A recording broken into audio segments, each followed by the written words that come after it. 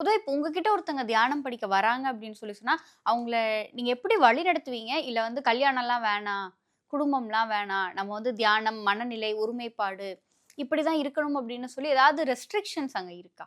இல்ல அப்படி ஒண்ணும் இல்ல. நான் வந்து என்னகிட்ட வர்றவங்கள எப்படின்னா, அவங்களுக்கு ஏதாவது துன்பம் வரப்போறத என்னால உணர முடியுது அப்படின்னா, அதுக்கேத்த மாரி நான் வந்து அவங்களோட வழிகாட்டுதல் எப்படி பண்ணுவேன்னா, அவங்க கிட்ட இத பத்தி விவாதிக்காமயே கொஞ்சம் கொஞ்சம் பொறுமையா போலாமா? அப்படிதான் நான் வந்து சொல்லியிருக்கிறேன். அதே மாரி திருமணத்தில கொஞ்சம் குழப்பம் இருக்குன்னா கூட, கொஞ்சம் வெயிட் பண்ணலாமா? அப்படின்னு நான் வந்து ரிக்வெஸ்ட் பண்ணி கேட்டுருக்கேன். இப்ப எனக்கு என்னன்னா, ஒருத்தருடைய கல்யாணத்தில நான் வந்து அத வேண்டான்னு சொல்ல மாட்டேன். அத நிறுத்தவும் மாட்டேன். அத ரொம்ப ஒரு கனிவோட கிட்ட போயி, "கொஞ்சம் வெயிட் பண்ணலாமா?"